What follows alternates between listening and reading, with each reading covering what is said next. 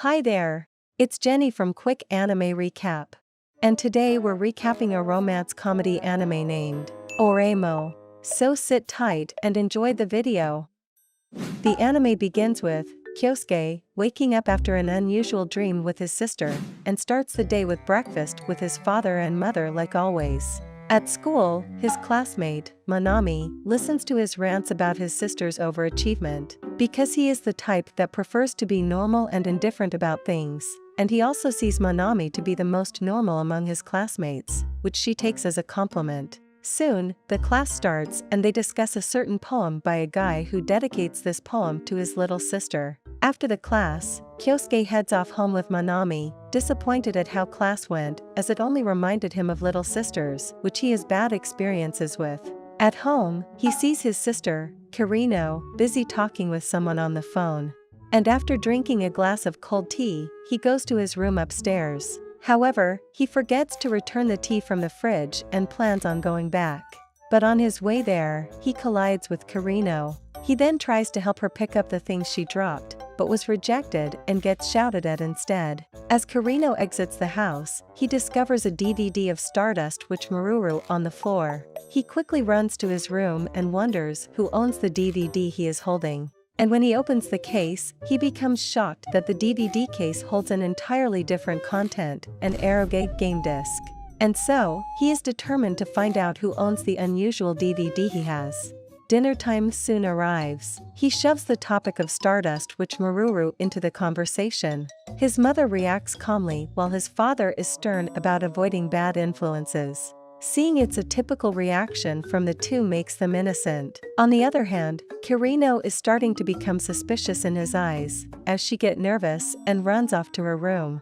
As planned, he heads outside and discovers that someone entered his room. When he returns to his room, he sees Kirino reaching for something under his bed. Startled at first, Kirino prepares to leave, but seeing the DVD in Kyosuke's hand caused her to panic. He knows that it belongs to her, and he gives it back to her. Before she leaves, she wonders if having a hobby like this has changed how he sees her, but he assures her that he is not the kind that looks down on people based on their hobbies. As Kirino leaves his room, Kyosuke finds himself sleepy. Then, a sharp slap to the face wakes him up. Kirino lying on top of him and asks him to come over to her room to talk about something. At her room, she moves away a cabinet and reveals a surprising amount of anime merchandise. Kyosuke is shocked and wonders if the merchandise she owns are expensive, which she then tells him that she actually works as a model in a magazine, and uses the pay she earns to buy it. Kyosuke is somewhat confused as to why someone like her would buy merchandise aimed for men, and Kirino explains that even she doesn't know why. As she thinks of going to their parents to talk about it, he disagrees and prefers her secret to stay as it is. Also, he decides to help out with keeping the secret, which relieves Kirino. With that, Kyosuke went back to his room to sleep again, only to be woken up by another slap on the face. This time, Kirino decides to show him the eroge game she played, but the two would then argue about his treatment to Shiori in the game, which he finds himself being forcefully introduced into. Kirino doesn't want to give up, and even gets him another version of the game, which he decides to play along. After a week, Kirino finds out that Kyosuke hasn't finished the game yet. She wants him to hurry up, as she plans on giving him more games from her personal collection to play with, much to his shock. Feeling that he couldn't finish it, he suggests Kirino to make fellow otaku friends, so that she can talk with people with similar interests. But she protests and does not want herself classified as one of them, because of the possible impact on how people look at her. At school, Kyosuke broods at break time as Manami wonders about his condition, which she later give him a great advice, telling him to make friends through the internet. And soon, a user named Saori contacted and welcomes her to the community. The message also includes an invitation to a meetup in Akihabara, which Kirino drags Kyosuke to join her to the trip, as she is still a first-timer and quite nervous to go alone. He agrees to help out his sister from a distance. The meetup is at a maid cafe much to his shock, but despite being uncomfortable about it, he goes with his order. Soon, the group arrive at the location and start their meetup, with Saori introducing herself first before opening a period of open discussion among members. From a distance, Kyosuke noticed Kurino is not able to blend in well with the fellow otaku. 1 hour has passed, and Saori finally draws the meetup to a close, after a short gift exchange session. Everyone leaves the restaurant, while Kurino, seemingly disheartened, gets a pat on the head by Kyosuke. After comforting her, they decides to do some sightseeing in Akihabara for the meantime. Outside, Saori approached them and invites the two to an after-party at a fast food chain, where they join the girl wearing the gothic Lolita attire, Kuroneko.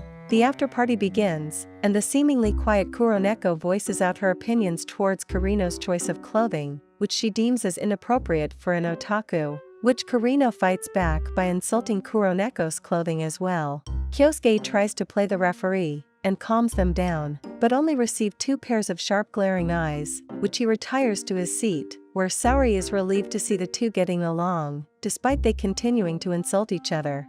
Kyosuke then feels the commotion is attracting too much attention, and they decide to move out elsewhere. And after going to more shops and browsing anime merchandise, Saori and Kuroneko bid farewell in the train station. After some time, Kyosuke manages to finish the eroge game and celebrates, though he instantly returns to being gloomy, realizing that he is being pulled into the world of eroge by his sister. And later that night, he goes to return the game to Kurino, after having to explain the best parts of the game. She then tells him that she has Kuroneko and Saori in her contacts, and is talking about the next meetup. Knowing that she is able to make some friends, he slumps back to his bed, and assumes that the life counseling session is over. After school, Kurino spends the afternoon in a photo shoot together with her classmate, Ayase Aragaki. At their break, she invites Kurino to accompany her on Sunday. However, she turns down her offer, as she has other plans. At home, she talks with Kuroneko on the phone while she plays one of her eroge game. Meanwhile, Kyosuke and Manami talk over the phone about Kurino's life counseling and other things, which she is glad to hear that Kurino is doing well. At Sunday, Kurino goes out with Saori and Kuroneko. Saori reaches out her support while Kuroneko is sour towards Kurino as usual, as Kurino eyes for a newly released eroge title. After Kurino buys a copy of her favorite anime, Saori takes them to a restaurant. While there, Kurino lends Kuroneko her DVDs of Stardust Witch Maruru. After a while, Kyosuke finally receives word from his sister through his phone, and he feels relieved to see her going well. Upon going back to the living room, he is shocked to find out his father discovered the DVD Kurino is hiding. His mother manages to explain what happened, and Kyosuke confesses to her that he knew about the DVD, which her mother wonders why she had those to start. But their conversation is interrupted when Kurino storms out of the house. And with his mother's request, Kyosuke chases his sister.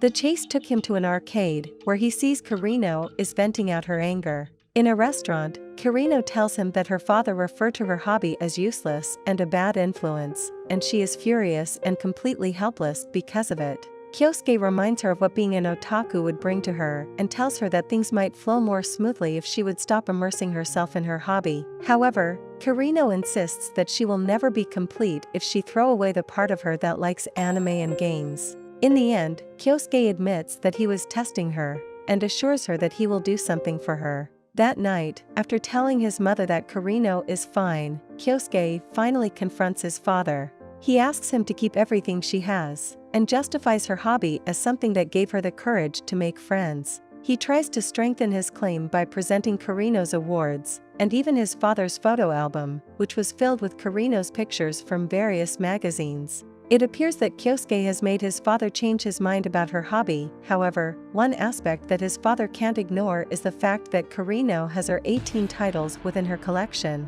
At first, he feels helpless because he agrees to his father's decision. But swallowing his pride, he falsely admits that he owns all of Kurino's eroge collection, and he likes eroge anime. This infuriates his father, and he receives a blow to his face. The next day, Manami gets to see Kyosuke's face first and congratulates him for having survived the stuff that happened last night.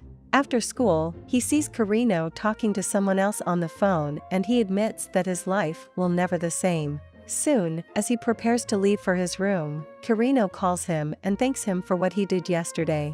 Surprised by it, he blurts out, "There's no way my little sister can be this cute." Next morning, Kyosuke is playing one of Kurino's eroge game. And when Karino finds out that he hasn't finished it, she shows disappointment. After being reminded by his sister to not leave his room tomorrow while she receives a visit from her friends, Kyosuke returns to his room and uses Karino's laptop for some research. Soon, he receives a message from Saori, which Kyosuke uses the chance to get back at Karino for forcing him to play her eroge game, and asks for Saori's help, which she accepts immediately. The next day, Karino gets the visit she has been expecting, her classmates Ayase and Kanako. After asking the girls to go upstairs, Karino scolds at Kyosuke for making himself seen by her friends. While in his room, Kyosuke overhears their conversation from his room. And after hearing the cruel remarks from his sister and the reactions of her visitors, he decides to leave his room. He then receives a package, which Karino is shocked about the box in his hands. As Karino snatches it from his possession, he receives a call from Saori, revealing that the box contains her favorite set of eroge game and anime. Kyosuke is shocked to hear this, and he storms to Karino's room to steal the box. This triggers a pursuit between the two siblings, which ends in a takedown. And to make things worse, Ayase and Kanako saw the aftermath. Because of that, Karino orders him to stay outside until she and her friends are done. After it's all settled, Kyosuke plans on returning back, when Ayase calls him back. Ayase appears to understand why Kyosuke wanted to keep the box a secret, and apologizes in behalf of Karino. They then exchange contact information with each other before leaving. Now inside Karino's room, he finally has the chance to scold his sister for what happened earlier. However, she still stubbornly puts the blame on him. She then asks her to take him elsewhere, a place where Ayase can't accompany her. With Saori's help, Karino and Kyosuke participate in their first ever comiket. They wait for hours under the summer sun, and even Kuroneko is becoming impatient. After hours of waiting, they finally arrive inside the venue. They soon enter the hall where the various fanfiction are on sale, and Saori asks about the artists that Karino loves the most, which are mostly people whom Saori is familiar with. Soon, they head off to the industry booths, where merchandise are located. Karino immediately runs to find her favorite anime's booth. However, they then find out that the exclusive copies available in Comiket are sold out. It is only when they discover another way to grab a copy when her hopes were restored. It turns out that the booth launches a contest which gives prizes to the person who defeat the staff. Karino and Saori decides to give it a try, and was quickly defeated. But much to the shock of everyone, Kuroneko wins against the staff. She then decides to give the prizes to Karino. And the conversation between the two cheers up Kyosuke and Saori, who both know how the two interact with each other. The day of the comiket is over. While Karino shows her joy for having so much stuff to bring home, Saori talks to Kyosuke about her intents on bringing them along in the event. Unexpectedly, Ayase seeing Karino in front of the venue. Thanks for watching the video. Still want to watch more anime recap? Click the video on the screen to watch more. And don't forget to subscribe to catch the latest upload.